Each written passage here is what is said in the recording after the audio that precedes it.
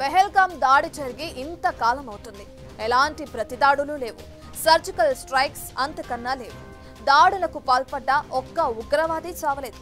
భారత్ నుంచి కనీస ప్రతీకారం లేదు. అసలు మోడీ పాకిస్తాన్ పై రచిస్తున్న యుద్ధ రచన ఏది, ఎలా ఉండబోతుంది? ఆ వివరాలు ఎలాంటివి? ఈ నిశ్శబ్దం వెనుక దాగిన విధ్వంసం ఎలా ఉండబోతుంది? నిజంగానే మోడీ అంతటి విలయాన్ని సృష్టించగలరా? ఇందుకు అంత స్కోప్ ఉందా? ఒకవేళ మోడీ చేయతలిస్తే ఎలాంటి యుద్ధం చేసే అవకాశం ఉంది?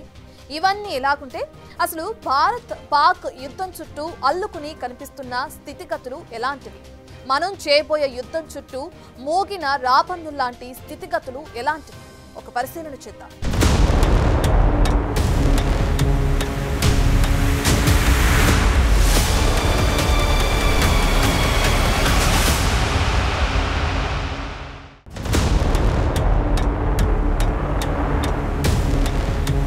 మోడీ చూస్తే ఇంతవరకు అటువైపు ఎలాంటి దాడి చేయలేదు. ఒకరిద్దరు ఉగ్రవాదులను చంపినా వారు టార్గెటెడ్ టెర్రరిస్టులు కారు. కాశ్మీర్లో 1-2 టెర్రరిస్టుల ఇళ్లను కూల్చినా అవి మన ప్రతీకారేచ్ఛను చల్లార్చేవి కావు. దేశమంతా లోపల అట్టుడికిపోతోంది. మన వాళ్లలో 25 మందికి పైగా చనిపోతే ఇంతవరకు ఎలాంటి ప్రతీకార చర్య లేదు.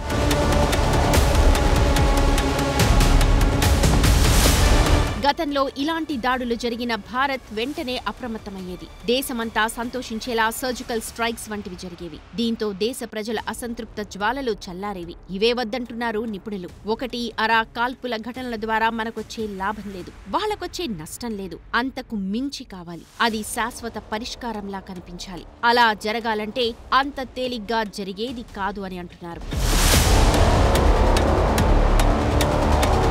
వారి లక్ష్యం ఎలా విస్తరిస్తోందో మన లక్ష్యం కూడా అంతే పెద్దది కావాలి. వారు కూడా ఆర్టికల్ 370 రద్దు అయిన వెంటనే దాడి చేయలేదు. విడతల వారీగా ఒక్కో అడుగు ముందుకేస్తూ వస్తున్నారు. దానికి తోడు పాకిస్తాన్ కూడా మనమేం చేయబోతామో ముందే ఒక అంచనాకి వచ్చేసింది. గతంలో చేసిన దాడుల తరహాలో చేస్తే వారు వెంటనే రియాక్ట్ అవుతారు. ఈ దిశగా ఎప్పుడో వారు పావులు కదిపేశారు. పైపెచ్చు చైనా నుంచి కూడా వారు తగిన సహాయ సహకారాలను పొందడానికి సిద్ధంగా ఉన్నారు. చైనా కూడా ఇందుకు సిద్ధమేనంటోంది.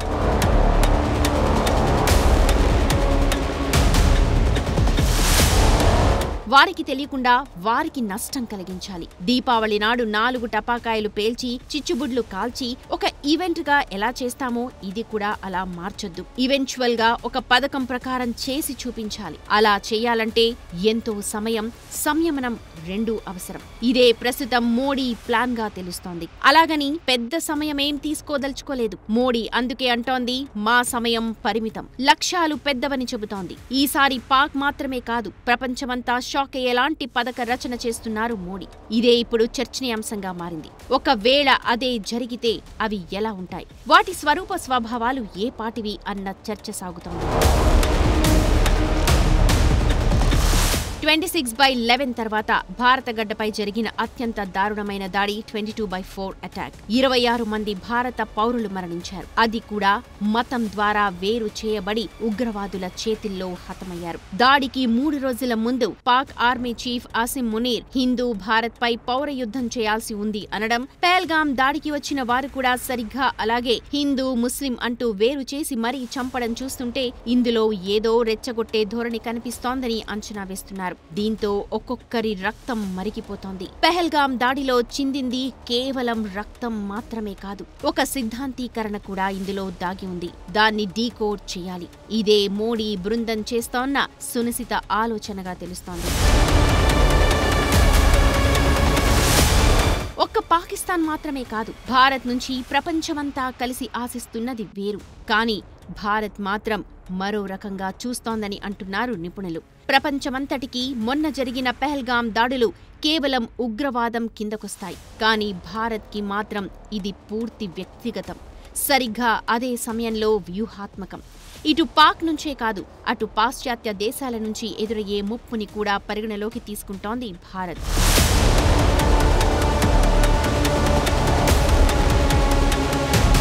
3 బాంబులు వేసి 6 ఉగ్రవాదుల్ని చంపగానే సరిపోదని గట్టిగా భావిస్తోంది భారత్. వైమానిక దాడులు, సరిహద్దు ఉద్రిక్తతలకు పరిమితం చేయాలనుకోవడం లేదీసారి. ప్రతిపక్షాలు ఊహించినట్టు అదేదో మొక్కుబడి తంతుగా చేయదలుచుకోలేదు. ఆ మాటకొస్తే సామాన్యుల భావోద్వేగాలను రాజేసి అక్కడితో ముగించాలని భావించడం లేదు. నెక్స్ట్ లెవెల్ రివెంజ్ ని, అది కూడా పర్మనెంట్ సొల్యూషన్ ని కనుగొనాలని చూస్తోంది భారత్. మీకు మరణమంటే భయం, మాకు ప్రేమ, ఇది వారి ఉగ్ర నినాదం.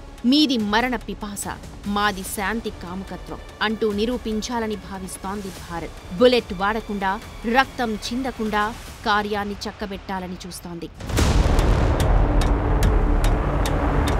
దానికి తోడు ట్రంప్ టారిఫ్ల వ్యవహారం ఒకటి కాచుకుని ఉంది. మనం పీకల్లోతు సరిహద్దు గొడవల్లో కూరుకుపోతే అమెరికా ఇదే అదునుగా భావించే అవకాశం కనిపిస్తోంది. దీంతో మనం చేయాల్సిన బేరసారాలను చేయలేం. పైపెచ్చు వారే మనల్ని మరింత ఒత్తిడికి లోను చేసి దీని ద్వారా మన చేత మరిన్ని ఎక్కువ ధరలకు లెక్కకు మించిన ఆయుధాలను కొనిపించొచ్చు. దీంతో భారత్కి ఇదొక భారం. ఈ విషయంలో మోడీ చాలా చాలా అప్రమత్తంగా ఉన్నట్టు తెలుస్తోంది. ఒకవేళ భారత్ పాక్ యుద్ధమంటూ మొదలైతే పశ్చిమ దేశాలకు అంతకన్నా మించి కావాల్సిందేమీ లేదు. ఇప్పటికే పాశ్చాత్య దేశాల ఆర్థిక వ్యవస్థ పూర్తి తిరోగమనంలో ఉంది.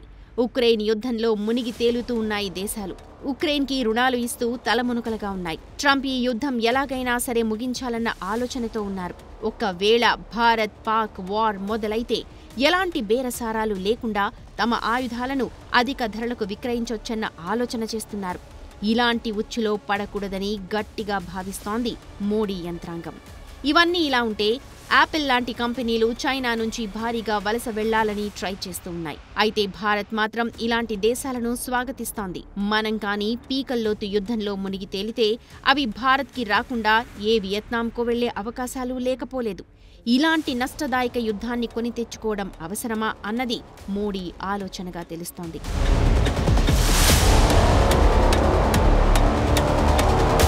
ఇక్కడ మన చుట్టూ ఉన్న స్థితిగతులను కూడా ఒకసారి అర్థం చేసుకోవాలి. ఈ యుద్ధ వాతావరణంలో పొంచి ఉన్న మరో ముప్పును చూస్తే పాకిస్తాన్ ఒక ఉగ్ర దేశం మాత్రమే కాదు, అద్దె దేశం కూడా. యుఎస్, యూకే వంటి యూరోపియన్ దేశాలు రష్యాకు వ్యతిరేకంగా పాకిస్తాన్ని పావుగా వాడుకున్న విషయం తెలిసిందే. సాక్షాత్ ఆ దేశ రక్షణ మంత్రే ఈ మాట ఒప్పుకున్నారు కూడా.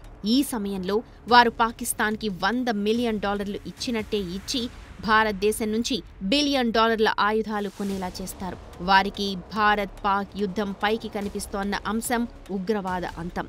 కానీ ఇందులో దాగి ఉన్న లాభదాయక వ్యవహారం అంత తేలిగ్గా పైకి కనిపించేది కాదు. ఇది లోతైన పరిశీలన చేస్తే కానీ అవగతం కాదంటున్నారు నిపుణులు.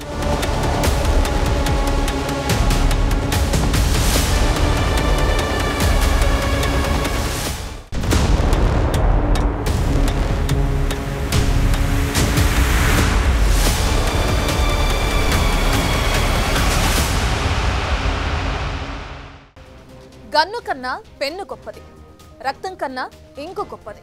అందుకే think with ink, not with blood అంటారు. మరి మోదీ ఈ దిశగా ఎలాంటి పథక రచన చేస్తున్నారు? ఆ ఆలోచన విధానం ఏంటి? 3D కాదు, తమ థియరీ 6D అంటున్నారు. డి అంటే డి అనకుండా వారికి వారు చితికిపోయేలా చేసేలాంటి ఆ మోడర్న్ వార్ఫేర్ ఎలాంటిది?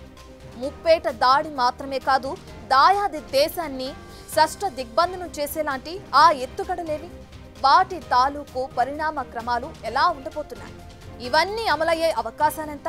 అనుకున్నది అనుకున్నట్టు జరిగే ఛాన్సులు ఎంత మేరకు?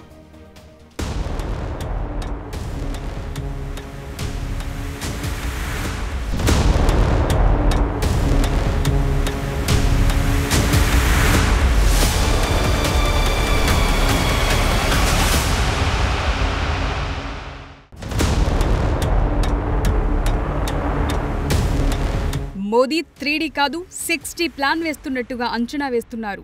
మోదీ స్కెచ్ చేస్తోన్న 6 డైమెన్షన్స్ లో ఫస్ట్ డైమెన్షన్ సైబర్ అటాక్ గా తెలుస్తోంది. కత్తి డాలు పోయి బాంబులు తుపాకులు వచ్చిన మాట మనకు తెలిసిందే. ఇదే డిజిటల్ జమానా.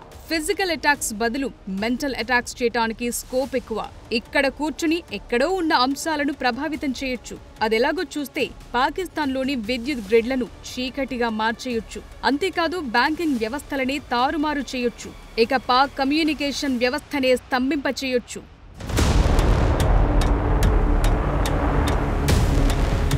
అది సాధ్యమేనా అని చూస్తే మన నిఘా వర్గాలు ఒక స్టేట్మెంట్ ఇస్తున్నాయి. మనం ఇప్పటికే ఈ దశగా ఎంతో అధునాతన సాంకేతిక పరిజ్ఞానం కలిగి ఉన్నామని చెప్తున్నాయి. పాకిస్తాన్ కీలకమైన మౌలిక సదుపాయాలను, ఆర్థిక వ్యవస్థలను, సైనిక స్థావరాలను లక్ష్యంగా చేసుకుని సైబర్ దాడి చేయొచ్చని సూచిస్తున్నాయి. ఇలా చేయటానికి భౌతిక సరిహద్దులు దాటాల్సిన అవసరం లేదు. వారి నుంచి ప్రతిదాడులు ఎదుర్కోవాల్సిన పని లేదు. క్లిక్ అంత దూరంలో మొత్తం మటాష్ చేయొచ్చు. దీంతో మోదీ సర్కార్ ఈ దిశగా పావులు కదుపుతున్నట్టుగా సమాచారం.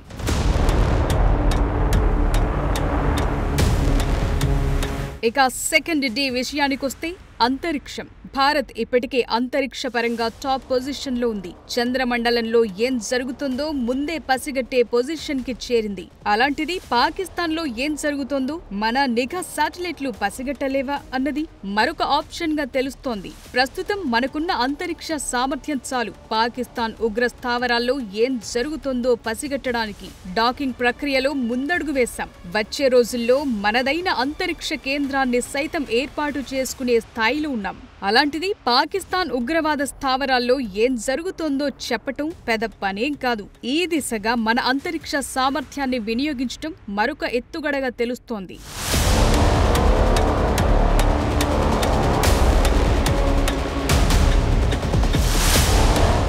మూడో డైమెన్షన్ జలఖడ్గం. పాకిస్తాన్ జీడీపీలో 24% వ్యవసాయంపైనే ఆధారపడి ఉంది. వారి వ్యవసాయానికి ఎంతో కీలకమైన సింధు జలాల ఒప్పందాన్ని నిలిపివేసింది భారత్. ఇది కేవలం ట్రైలర్ మాత్రమే. ముందుంది అస్సలు సినిమా. పాకిస్తాన్ ఆర్థిక సామర్థ్యాన్ని ప్రభావితం చేసే నదీ జలాలను భారత్ నియంత్రిస్తే వచ్చే రోజుల్లో ఆ దేశ పతనం ప్రారంభమైనట్టే. ఏ యుద్ధం లేకుండానే అక్కడ ఆహార కొరత విలయ తాండవం చేస్తుంది. ప్రస్తుతం గోధుమ పిండి యుద్ధమే జరుగుతోందక్కడ. అలాంటిది వచ్చే రోజుల్లో వారి జల వనరులను గాని మనం కంట్రోల్ చేస్తే ఇక వారి ఆకలి కష్టాలు ఆకాశాన్ని అంటడం ఖాయం. ఇటు కరువు మాత్రమే కాదు, అటు వరదలతోనూ మనం పాకిస్తాన్ వ్యవసాయంతో చెడుగుడు ఆడుకోగలం. మొన్నటికి మొన్న మన డ్యాముల్లోని బురద తొలగించుకోవటానికి జీలం జలకిచ్చిన సంగతి తెలిసిందే. వెంటనే పీఓజేకేలో వాటర్ ఎమర్జెన్సీ ప్రకటించారు. అంటే నీళ్లు లేకుండా చేయగలము. సరిగ్గా అదే సమయంలో వరదలతోనూ ముంచెత్తి ముచ్చెమటలు పట్టించగలము. ఒక్క మాటలో చెప్పాలంటే పాకిస్తాన్ని మనం ముప్పు తిప్పలు పెట్టి 3 నదుల నీళ్లు తాగించగలం. ఇక పాకిస్తాన్ దాని స్వరూప స్వభావాలను ముక్కలు చెక్కలు చేయటం, 1-2 సర్జికల్ స్ట్రైక్స్ ద్వారా ఇరుకున పడేయటం కాదు, ఏకంగా బలూచిస్తాన్ పీఓజేకేలను పాక్ నుంచి వేరు చేయటం. ఈసారి గాని పాకిస్తాన్ తోక జాడిస్తే బలూచిస్తాన్ కోల్పోవటం ఖాయంగా చెప్పారు అజిత్ దోవల్. వచ్చే రోజుల్లో అలా జరిగేందుకే అవకాశాలు ఎక్కువగా కనిపిస్తున్నాయి. బలూచిస్తాన్ పీఓజేకే ప్రాంతాలు ప్రస్తుతం ఏవంత ప్రశాంత వాతావరణంలో లేవు. ఈ ప్రాంతవాసులు పాకిస్తాన్ ఉగ్ర పోకడలను తీవ్రంగా అసహ్యించుకుంటున్నారు. తమ భుజం మీద నుంచి భారత్ కి గురిపెడుతోన్న టెర్రరిస్టు తుపాకులను చూసి చిరాకు పడుతున్నారు. ఎప్పుడీ పాకిస్తాన్ పీడ వదుల్చుకుందామా అన్న కోణంలో ఆలోచిస్తున్నారు. పాకిస్తాన్తో కలిసి నడిచినంత మాత్రాన వచ్చేదే ఉంది, టెర్రర్ టెన్షన్ తప్ప అన్న కోణంలో ఆ ప్రాంతాలు విసిగి వేసారున్నాయి. ఆఫ్ఘనిస్తాన్ సైతం పాక్ సరిహద్దుల్లో తీవ్ర అసహనం చెలరేగేలా చేస్తోంది. పాకిస్తాన్ కు అనుక్షణం హై టెన్షన్ తెప్పిస్తోంది. గత 3 ఏళ్లుగా మనం తాలిబన్లతో గొప్ప సంబంధ బాంధవ్యాలను నెరుపుతున్నాం. వచ్చే రోజుల్లో భారత్ ఆఫ్ఘాన్ సంబంధ బాంధవ్యాలపై మరింత భారీ ప్రకటనలు వెలువడ్డం ఖాయంగా తెలుస్తోంది. ఈ క్రమంలో భారత్ అటు నుంచి కూడా నరుక్కొచ్చేలా కనిపిస్తోంది. భారత్ 6 డైమెన్షన్ వార్లు మరో ఆయుధం పాక్ ని ఆర్థికంగా ఒంటరి చేయటం. IMF, ప్రపంచ బ్యాంకుల సహాయ సహకారాలతో ఎలాగోలా నెట్టుకొస్తోంది పాకిస్తాన్. ఈ దేశానికి మీరు ఆర్థిక సాయం చేస్తే అది ప్రతి పైసా ఉగ్రవాద కార్యకలాపాలకే వెచ్చిస్తోందని రిపోర్ట్ చేస్తుంది భారత్. ఆర్టికల్ 370 రద్దు తరువాత దారుణంగా పడిపోయింది పాక్ ఆర్థిక సామర్థ్యం. ఒకవేళ పాక్ బలూచిస్తాన్ని కోల్పోతే చైనా హ్యాండ్ ఇచ్చేలా తెలుస్తోంది. నేరుగా బలూచిస్తాన్కే నిధులు సమకూర్చి పెడుతుంది. దీంతో పాకిస్తాన్ మరింత ఆర్థిక సమస్యల్లో చిక్కుకుపోయేలా తెలుస్తోంది. పాకిస్తాన్ ఎంత అభ్యర్థిస్తున్నా భారత సింధు జలాల ఒప్పంద రద్దు వ్యవహారంలో జోక్యం చేసుకోవటం లేదు ప్రపంచ బ్యాంక్. సాధారణ పరిస్థితుల్లో అయితే వత్తాసు వచ్చేదేమో గాని పెహల్గాం వంటి దాడుల తరువాత వరల్డ్ బ్యాంక్ సైతం పాకిస్తాన్ కి మద్దతుగా నిలిచే సాహసం చేయలేకపోతోంది. దీన్ని బట్టి చెప్పొచ్చు పాకిస్తాన్ ఎంత దారుణమైన పరిస్థితుల్లో ఉందో. ప్రపంచ ఆర్థిక సాయం లేకుంటే క్షణం ఊపిరి తీసుకోలేని స్థితిలో ఉంది పాకిస్తాన్. భారత్ గాని పాక్ ఉగ్ర కార్యకలాపాలను సాక్ష్యాలతో సహా FATF కి చూపించి ఒత్తిడి తెస్తే పాపిష్టి దేశం ఖేల్ ఖతం. వెంటిలేటర్ మీదున్న ఆ దేశ ఆర్థిక వ్యవస్థ సమాధి స్థితికి చేరుకోవటం ఖాయమంటున్నారు నిపుణులు.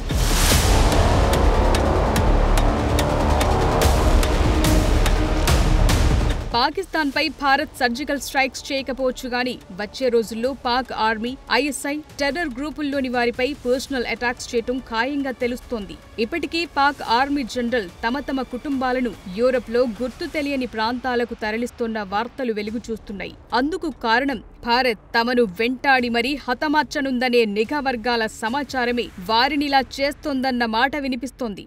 ఎందుకంటే పాకిస్తాన్ ఆర్మీ, ISI, టెర్రరిస్టు గ్రూపులు ఒక జట్టు. ఒకరికొకరు కూడబలుక్కుని ఈ ఉగ్రవాద కార్యకలాపాలు నిర్వహిస్తుంటారు. పాక్ ఆర్మీ చీఫ్ వీరందరికీ హెడ్. ఆర్మీ చీఫ్ మాటే శాసనంగా వీరు భారత్ పై చెలరేగిపోతుంటారు. ఈ విషయం గుర్తించిన భారత్ పాక్ సైనికాధికారులను సైతం ఉగ్రవాదులతో సమానంగా భావిస్తోంది. దీంతో వీరి ప్రాణాలకు కూడా భద్రత లేదన్న మాట వినిపిస్తోంది. అసలే ప్రాణభీతి అధికంగా గల పాక్ జనరల్స్ పెట్టే వేడా సర్దుకుని యూరప్ కి శాశ్వతంగా తరలిపోతున్నట్టు తెలుస్తోంది.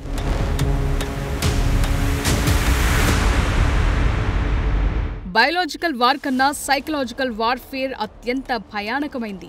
నేరుగా దాడి చేయటం కన్నా దాడి చేస్తారేమో అన్న భయం అత్యంత భీతావహకమైంది. మోదీ హుటాహుటిన సౌదీ నుంచి వచ్చి నిర్వహిస్తున్న సమావేశాలు పాకిస్తాన్ ని పిచ్చెక్కిస్తున్నాయి. ఇక్కడి వార్ రూమ్ హెడ్లైన్స్ అక్కడి పాకిస్తాన్ ప్రభుత్వ పెద్దల గుండెలు అదరగొడుతున్నాయి. దెబ్బకు జడుసుకుంటున్న పాక్ రక్షణ మంత్రి తాము ఉగ్రవాదులకు ఆశ్రయం కల్పిస్తున్నట్టు ఒప్పుకున్నారు కూడా. అంతేకాదు బలూచిస్తాన్ నుంచి తమ సైనికులను భారత సరిహద్దులకు తరలించారు. ఇక అరేబియా సముద్రంలో అతిపెద్ద మోహరింపును సైతం ప్లాన్ చేశారు. ఎప్పుడు ఏ క్షణం భారత్ తమపై విరుచుకుపడుతుందో అర్థం కాక బొర్ర బద్దలు కొట్టుకుంటున్నారు పాకిస్తానీయులు.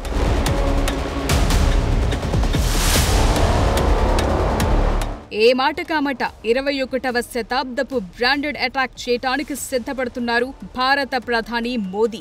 ఇది సరికొత్త వ్యూహం. ఇప్పటి వరకు పాకిస్తాన్, ప్రతిపక్షాలు, పశ్చిమ దేశాలు, చైనా వీరెవరి ఊహల కందని మోడర్న్ వార్ఫేర్ ఆఫ్లైన్ కన్నా ఆన్లైన్ లోనే అధికంగా వ్యూహరచన చేస్తున్నారు. ఫిజికల్ గా కన్నా మెంటల్ గా దెబ్బతీసేలా చర్యలు తీసుకుంటున్నారు. శత్రువును నేరుగా కొట్టడం ఎవరైనా చేస్తారు. వారిపై అటాక్ జరగాలి కానీ తెలియకూడదు. గిలగిలా తన్నుకోవాలి కానీ రక్తం చిందకూడదు.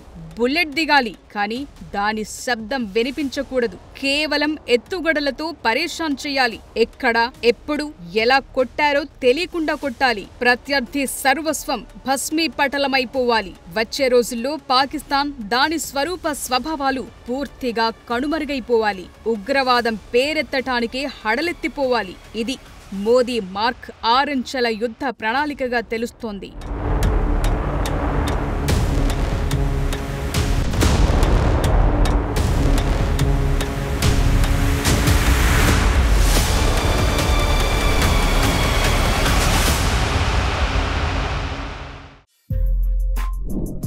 For more videos like this, subscribe Big TV channel.